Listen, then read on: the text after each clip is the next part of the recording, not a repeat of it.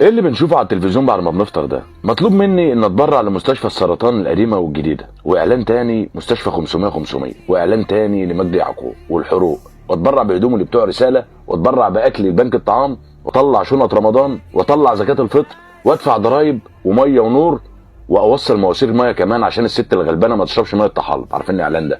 وفوق كل ده استحمل غلاء الاسعار. لا، واللي يغيظ ان في نفس ذات الوقت يجي لك اعلان ان اشتري فيلا في القطاميه واحجز في ماونتن فيو، العرض اللي هو ابو 3 مليون جنيه قبل ما يخلص. طب نفكر خارج الصندوق شويه يا جدعان، وما ننساش ان احنا كحيانين عشان الصندوق اتعبى للاخر خلاص. الدقيقه الاعلانيه كانت من 10 سنين ب 100,000 جنيه، يعني اعلان فودافون او غيره لو اتذاع 10 مرات في اليوم بمليون من غير اجور فنانين. وده من 10 سنين. اعلان اتصالات زمان بتاع يسرا ومحمد منير كان ب 35 مليون جنيه، والناس كلها كانت عارفه الرقم ده.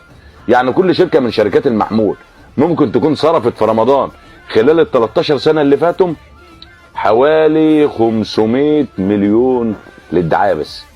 500 مليون للدعايه واتخصموا من ضرايبها كمان.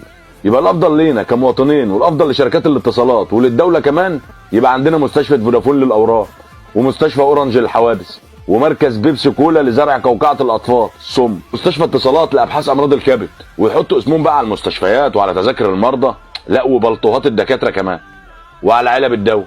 وكمان يا سيدي فوق كل ده هيتكتب لهم قصور في الجنه.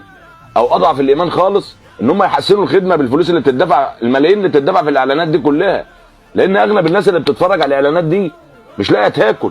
الناس دي محتاجين قوي كمان، خصوصا اليومين دول.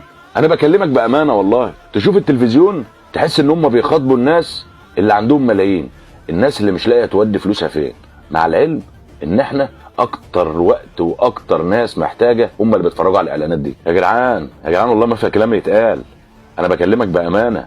كل سنه وانتم طيبين ورمضان كريم عليكم.